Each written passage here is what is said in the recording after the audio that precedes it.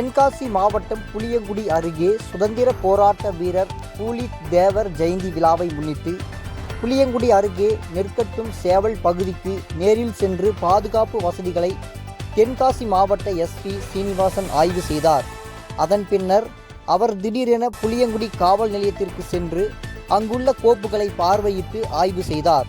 பின்னர் அவர் கூறுகையில், புளியங்குடி சிந்தாமணி பகுதிகளில் உள்ள போதைப் பொருட்கள் நடமாட்டங்களை தடுத்து நிறுத்தப்படும் என்றும், புளியங்குடி காவல் நிலையத்தில் போலீசாரின் எண்ணிக்கையை அதிகரிக்க நடவடிக்கை எடுக்கப்படும் என்றும், இருசக்கர வாகனங்களில் அதிவேகமாக செல்பவர்களை கண்காணித்து அவர்கள் மீது நடவடிக்கை எடுக்கப்படும் என்றும், ஆய்வின் போது காவல் ஆய்வாளர் பாலகிருஷ்ணன் மற்றும் காவல் ஆய்வாளர்கள் உடன் இருந்தனர்.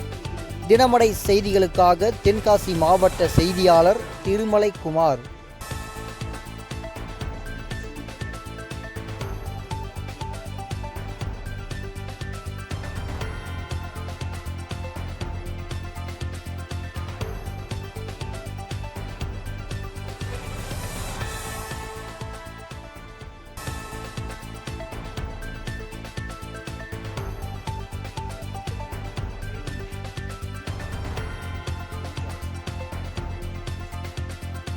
இதேபோல் சுவாரஸ்யமான செய்திகளை தெரிந்து கொள்ள நமது தினமடை யூடியூப் சேனலை சப்ஸ்கிரைப் செய்யுங்கள்.